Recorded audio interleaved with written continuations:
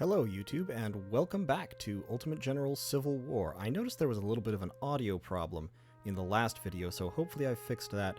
My microphone should be coming through a little louder and clearer, and hopefully this time I won't be drowned out by the game. So, without wasting any more time, let's get back into it, because, as I recall, we left last time at the camp screen. Okay, so this is the camp screen, and this is part of the game that I really like. Here, you have your units, at least some of your units, that fought in your previous battle. So here I have Siegfried, I have Kemper, and I have Cabell, who was one of those artillery batteries. Although he only has 4 guns, interestingly. If he only had 4 guns before, I feel like there were more of them. Anyway, these units you get to keep and take with you through your various battles. As you see here, Cabell has this little chevron icon. That means they can level up. They've gained enough experience that I can give them an ability. Artillery units have 3 to choose from: discipline, physical training, and logistics. These are different for infantry and cavalry, and skirmishers as well. For artillery, I personally think logistics is the best because it gives them plus 50% ammunition, so they can just keep shooting for longer. You could also give them physical training or discipline for more morale and stamina, respectively, plus efficiency increases. So talking about the stats, I'm just going to go ahead and give my artillery that logistics. The stats kind of determine how effective your unit is in combat. Of these, I believe efficiency is actually the most important. You level it up by killing people, it directly improves your shooting, reload speed, and your melee strength. Efficiency is limited by command, which depends on the person leading the unit and the size of the unit. So rank, the rank of your officer here, Sam Cabell is a captain. The rank of your officer and the size of your unit affect his command rating. So if I increase the size of the unit, which I can do just by clicking over here, you can see his efficiency starts going way, way down because officer's rank is low for the size of the unit. He just can't command this many people. He's not experienced enough for it. So, remember those rewards I got last time? I got money, and I got recruits. Those are up here. This is also my reputation up here. I'll talk more about that later, but you can read that little tooltip. It'll give you the basics. I use these resources to improve my army, and they're vital for actually having an effective force. So right now, Siegfried's got 629 soldiers, Kemper's got 649, Cabell has got 4 guns, and that's my whole force. Down here in career, if I click on this, you can see I gained a career point as well, and this tells me what my current bonuses are. So right now I can have 1 corps, 4 brigades in each division, 2 divisions per corps, 4 brigades per division, and 1,500 men per brigade. That's because I have 2 points in army organization. If I take this point and put it in army organization, which I'm going to do, that goes up. So now I can have 3 divisions per corps. My max brigade size is still 1,500. The next point will increase that to 2,000, so that would be really useful. So I'm just going to go straight for that. Yes, sir. So now, back on the army screen, there's a lot going on this screen, and I like this managerial aspect. I enjoy management, and it sort of gives you a little bit more. So over here, you've got your units, officers, we've looked at before. Stats down here, this tells you their spotting distance and their stealth, which are pretty much the same for all infantry units. Skills they have, the star tells you how many skills they have, if this didn't already let you know, the rank of the officer, and their weapon.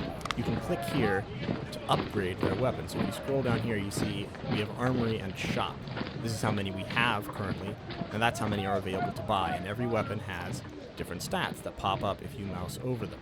These guys are equipped with the Springfield 1842, which is pretty decent but very basic. I don't have many other guns. I have 30 of these, but since every man needs a gun, of course, I can't equip a unit of 630 with 30 of these and 57 in the shop. I need at least, 630. So we're going to leave them with the Springfields for now. I have 415 more of these in the shop. The important thing about weapons is that they cost more money. So I can increase the size of this unit by moving the slider. That will decrease my recruit count and my money if I choose veterans. If I choose rookies, rookies are free. I can just do this. See down here, $0. It only starts to cost money when I have to start buying weapons for them. And then it costs, not too much. However, Rookies also decrease the unit's experience and decrease the unit's stats. So as I put rookies in the unit, everything gets worse.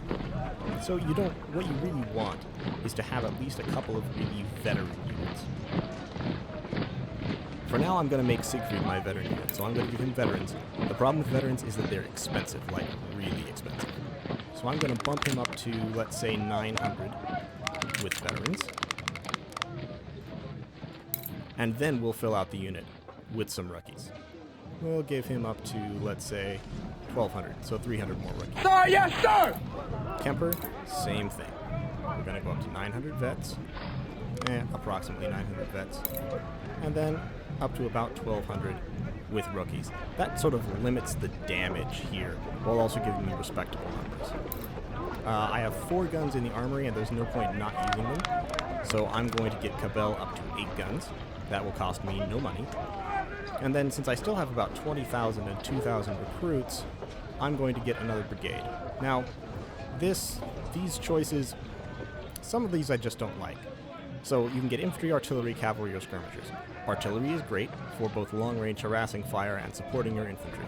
Infantry is your main fighting power. Cavalry are useful for shock cavalry actions and for scouting around because they're fast. We talked before about the sort of ahistorically heavy role of cavalry in this game, where they can just cut up infantry in melee, which they couldn't really do at this period. But in the game, it makes them very useful. Skirmishers, I don't know how I feel about skirmishers. Since you can detach skirmishers from infantry units, I just don't think that dedicated skirmisher units have a huge amount of inherent value. So I'm going to go with another infantry brigade. We have 1,000 of these reboard farmer muskets, and no Springfields left. To save money, I'm going to equip this unit with reboard farmers, and we're just going to get 1,000 soldiers. So since I already have all those weapons, it'll be very cheap. I'm basically just paying for the officer. So that lets me save money, and money might be in short supply later on. But since I have more money and more recruits at the moment, I'm going to create another division. When you click on an officer portrait, it will tell you all the officers you have available, both in your reserve, that's officers that you've hired, and you can just swap in for no cost, and officers from the academy that you can hire for money. A colonel will do fine for a basic infantry unit. These officers will increase in rank as they fight, and that will increase their command and let them lead larger units more effectively. But I don't need to pay $6 grand for a brigadier general. I don't think. The division officer has some kind of effect on the command of units underneath him, but as far as I can tell, it's not really large. So we're just going to go with Mr. Statham here, Colonel Statham, rather. And now we'll put some troops into the 2nd Division. We'll put an artillery brigade, because I love artillery. Do we have any guns? Nope. So we're going to stick with 6-pounder field. We're going to kick this up to, let's say, 10 guns. And we might as well make Cabell a 10-gun unit as well. And then with our remaining 858, will give us another infantry brigade, somewhat under strength. Maybe not. That might cost too much.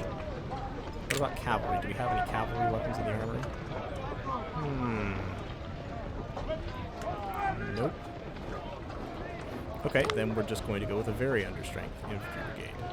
Let's see how many we can get. We can get 530 men with farmers' muskets. Let's make it reboard farmers instead.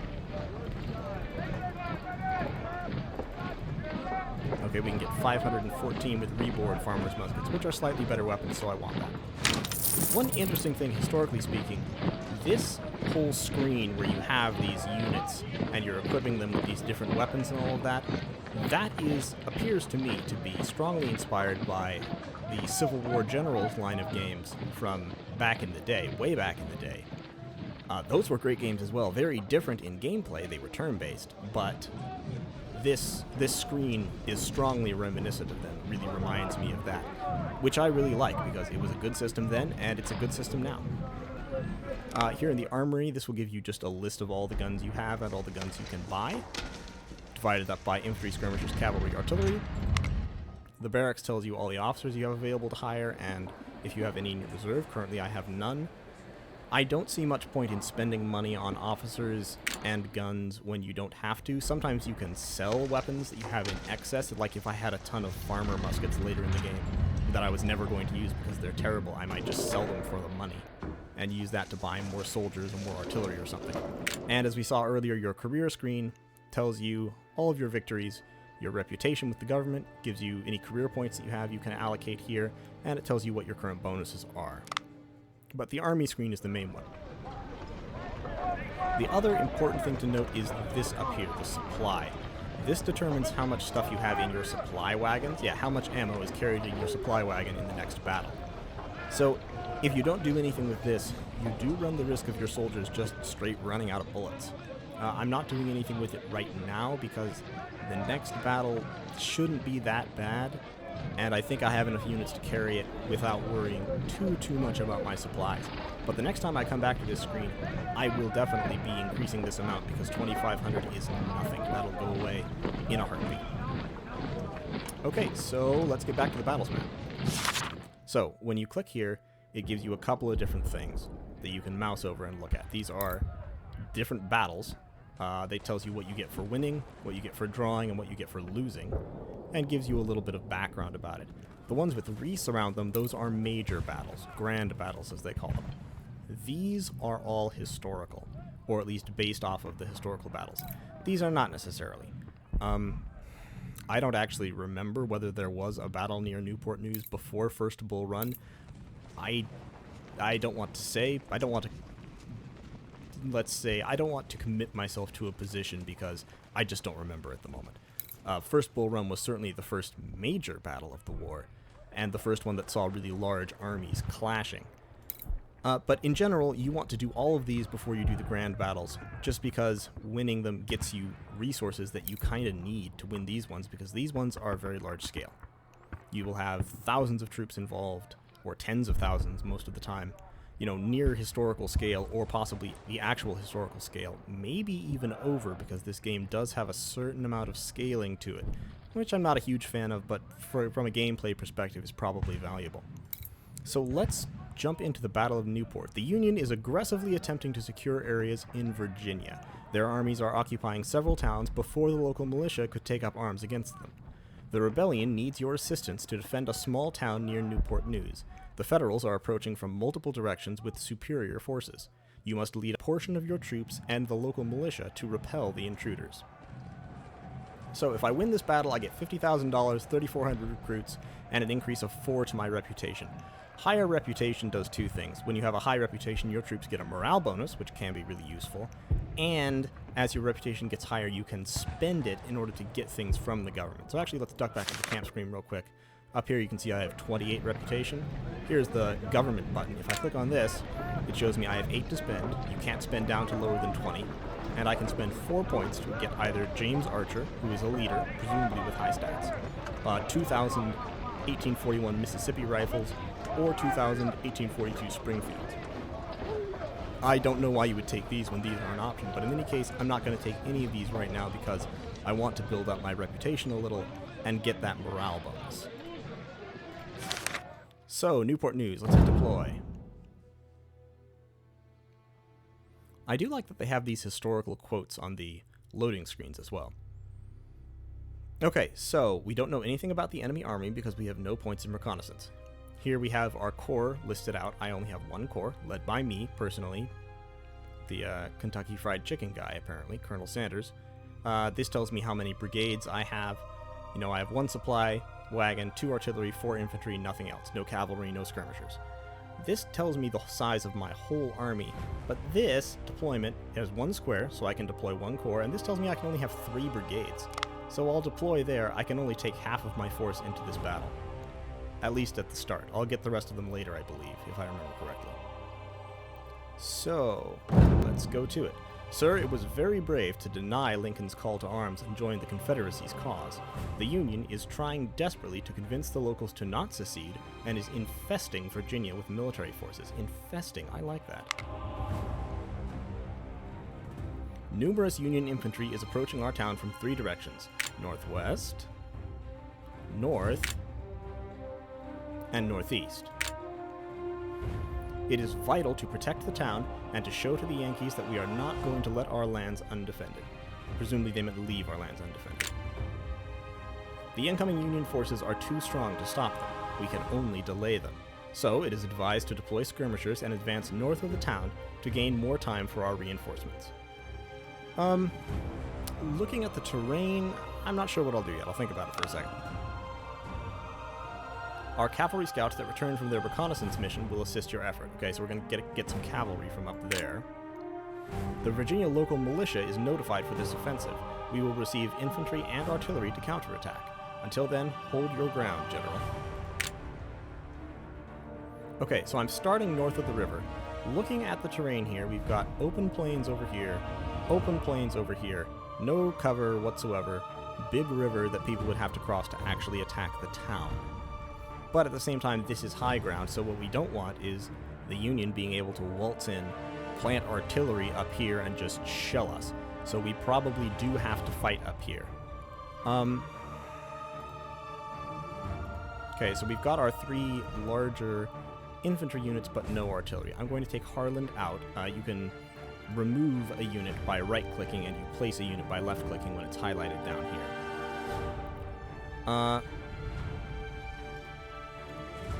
And I'm going to place Cabell. So we've got 2 divisions, 2 brigades of the 1st Division, plus Cabell, the artillery. Okay, so 2 infantry, 1 artillery. I'm going to move these guys around a little bit. I don't know exactly where the first enemy is going to be coming from, so we're just going to kind of put them up there. Alright, start the battle. Kemper, deploy some skirmishers up there in the houses. Siegfried, deploy some skirmishers up there in the woods. Artillery, get into the woods. Siegfried, get into the woods. Enemy troops approaching. Okay, they're coming from straight north, and here is that scouting cavalry they were telling me about. This railroad cut, it looks like I might not be able to see across it, so we're just going to put Stuart in the woods and wait with him. Kemper, meanwhile, can also go into the woods because I want all my troops to have cover if possible.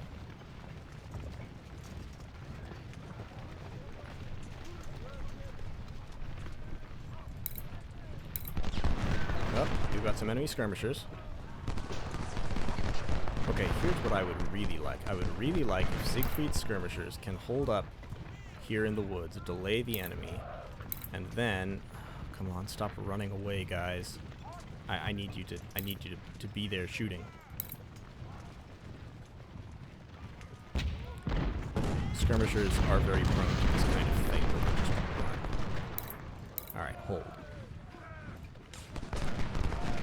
Now, if at all possible, I would like Stuart to get around behind the enemy and open up on those and take out those artillery pieces.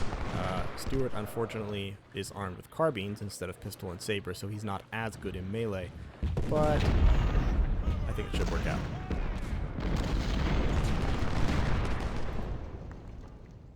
Alright, Kemper's skirmishers are doing alright. Siegfried's skirmishers are doing alright. They have been flanked, which is unfortunate, but... Alright, discharge. Just go straight in, Stuart. We've got Cabell back here. We'll move Cabell up a little bit. Kemper has great cover. Siegfried has great cover. Let's push Siegfried up here. How are we doing? Alright, we're wiping out the artillery. Great.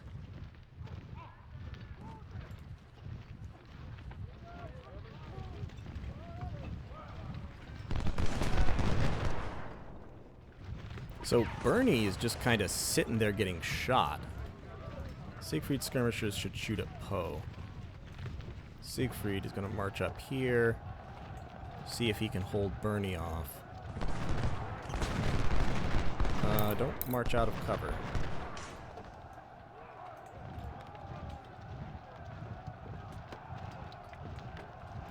Alright, that artillery is gone.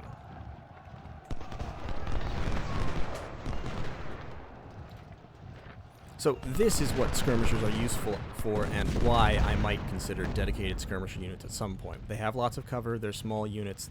When they're in heavy cover like this, they can hold for a really long time.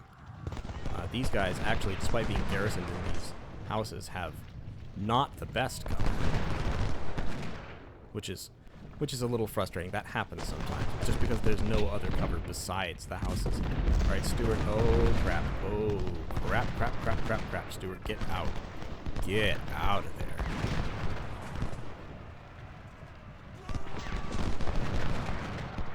Okay, Siegfried is shooting the crap out of Bernie, which is good. Those Union infantry, although we can't see their unit icon, are still standing there, which is good. Let's see if Stuart can get a cheeky rear shot off on Bernie here while he's running past. Come on. Come on, buddy. Alright, no. Apparently not. Maybe a couple of kills there. Cabell. Cabell, Cabell, Cabell. Let's move you up here. Siegfried's skirmishers really need to stay here so they can hold off this guy. These skirmishers are crap.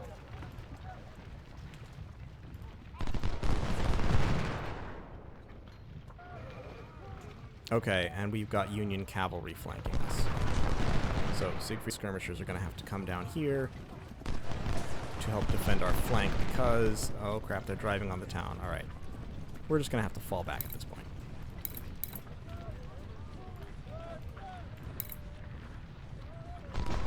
Because remember, our goal is not to stand off these guys all on our own. Our goal is to defend the town, to hold this little flag here. Our cavalry have been completely run off the board because I wasn't paying attention to them. Go me. Cabell, get back. So we're now going to fall back on the town. Leaving our skirmishers to delay the enemy. Once again, that's what skirmishers are really good at. They can just stay there for a long time, they can get some kills, they don't take a whole lot of losses.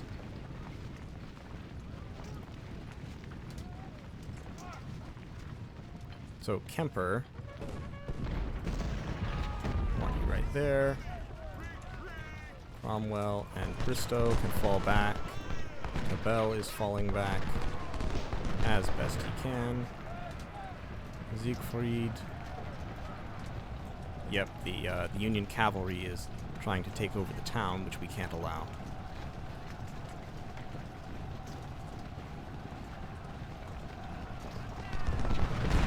Okay, the skirmishers are getting overrun, but that's okay.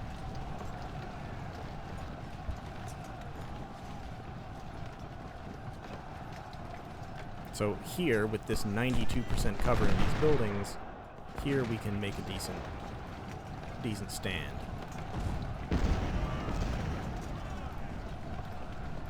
Always, of course, assuming that we can get everybody back across the river. Okay, so now we've got our reinforcements coming up.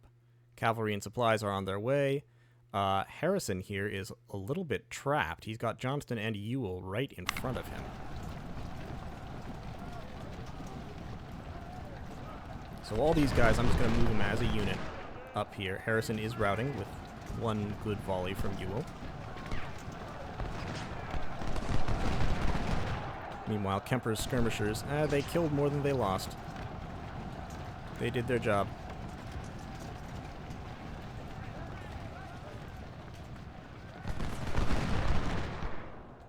We're going to get Cabell, Johnston, and Cabell Cromwell, myself, and Bristow back across the river. Come on, get, go.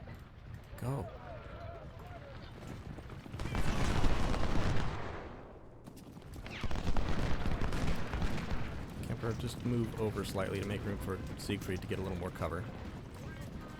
Ewell, hold over there. Okay, we now have 2 more artillery batteries. They're small, but useful for all that. We will put our supplies and Cromwell right in the middle there. Siegfried's skirmishers fall back. We might as well try to keep you. We'll actually try to reattach you. And we've got Bartow and B and Evans coming up to hold the left with Imboden supporting them. We'll move Johnston up so they can get the benefit of his boosting aura as well.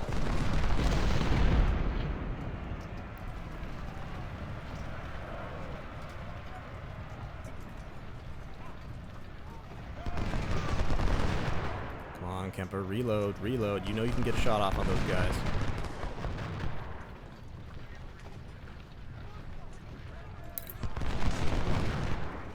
Yeah, there we go.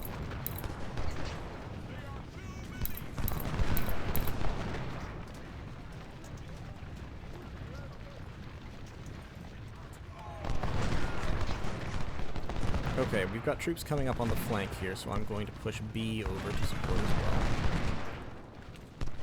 I've already got Ewell going that way. Ewell, you can run. B, you can also run. Evans and Bartow, you can move up to the riverbank. Cabell, start firing.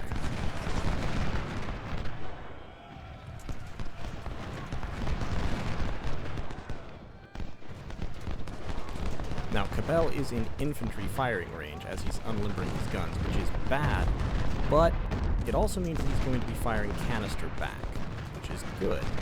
Pelham can get back a little bit behind the lines and shoot at Taylor.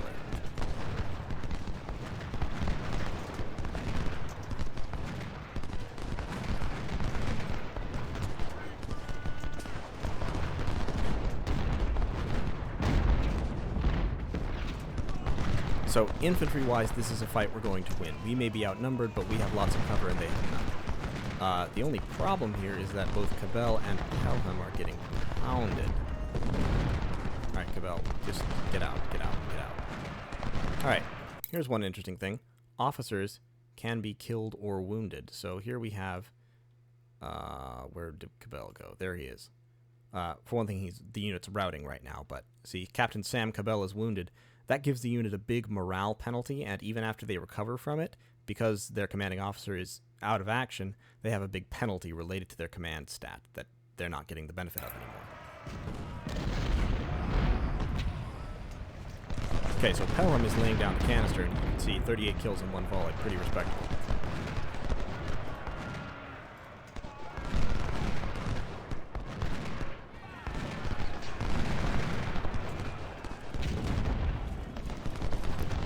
Right, here we have another cavalry unit coming in, and another supply wagon. Yep, another supply wagon. Okay, get in there. So, we're doing well on the left. On the left, Bartow and Evans, despite not having any cover, they're doing a pretty good job with Imboden's artillery support of taking out Robinson. It's on the right that we're having some problems, and that's mainly because... no, not B. B, stop. On Cabell. Cabell is still routing. It's quite frustrating. Alright, these guys are coming in for a charge. I would like to shoot them before they do that. Their icon is flashing, so we might be able to break them. Kemper's not shooting. Okay, we're now in melee, but we've got Pelham ready to shoot into the melee. So hopefully he'll be able to stop anything terribly destructive from happening.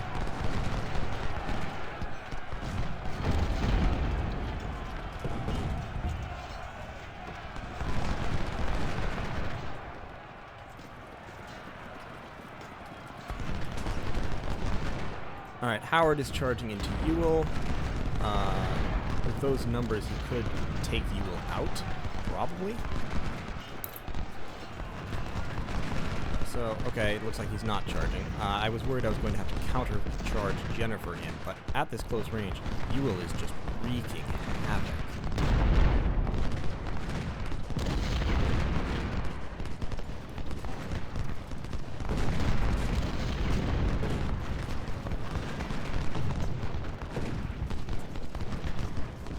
Supply wagon's coming up. Jennifer... Can Jennifer get flanking shots? Jennifer has very short range, but if Jennifer can just kick away, it'd be nice. Yes? No? No? No, apparently not. Bartow, what are you doing?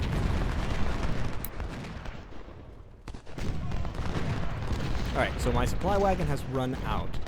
You can check ammunition down here. It's the white line. But I'm doing fine on ammunition, so I'm not worried about that. And I get this other free supply wagon.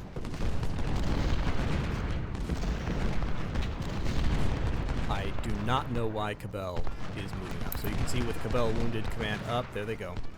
They're running away again. Pelham, however, is doing fantastically. It's too bad he's not my unit. He's a militia unit. He's got almost 300 kills already.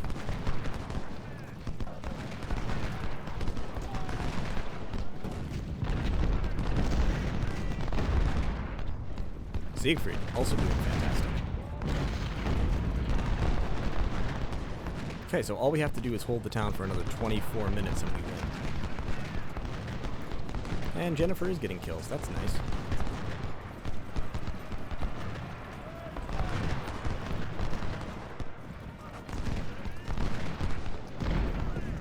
So this is one thing that I like about the game, the fact that in playing this, basically my decision making was done earlier. I decided what position I was going to take, and then I took it. And having taken this position, and you know, I fell back from that advanced position up there, having held it long enough to keep the enemy off. But once I decided to fall back to this position, I pretty much just had to hold. You know, I'm making strategic level decisions, well, tactical level decisions, but I don't have to micromanage each and every single thing in order to get results, which I like, frankly. It makes me feel more like a general, and for a general type game like this, that's important to me.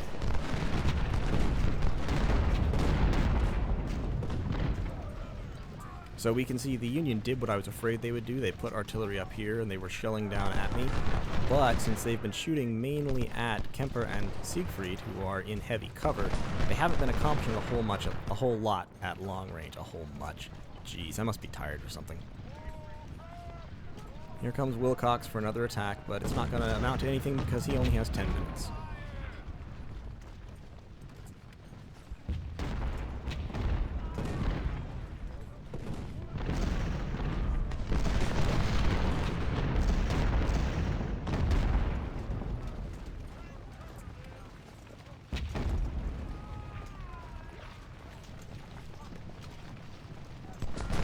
Okay, so, yeah, battle will be over soon. I don't have a whole lot more to say on this mission. The Union is just retreating and then coming in waves and then retreating again and coming again. And I'm holding such a strong defensive position. Really the only way they could beat this would be to launch an organized, simultaneous mass charge. You know, get all of their superior numbers into melee combat and potentially overwhelm me. They would have trouble doing that because of all the artillery support I have, but it might be possible. It would be really bloody, and the AI in this game really does have an aversion to doing that. I'm not entirely sure why. There have been times that I've thought that the AI could really benefit from being a little more aggressive, but they don't like mass charges. Alright, so we win. You can see we were outnumbered almost 2-to-1 in infantry, and we inflicted casualties of better than 3-to-1. We did lose some guns, mainly because of Cabell doing that thing where he ran out in front, and because I originally positioned them a little too far forward, and they took a lot of infantry fire. That was my bad. We also, cavalry losses, about even. What did we get here? We captured some more rifles, which is good, some more muskets, rather. We rescued a couple of cannon, we captured a couple of cannon, so overall I think that was a wash, artillery speaking. Artillery-arily? I'm not sure how to say that. Alright, but I think that will be about it for this video. Thank you all so much for watching. I will definitely be continuing this, so if you want to see more, stay tuned. Goodbye, everybody.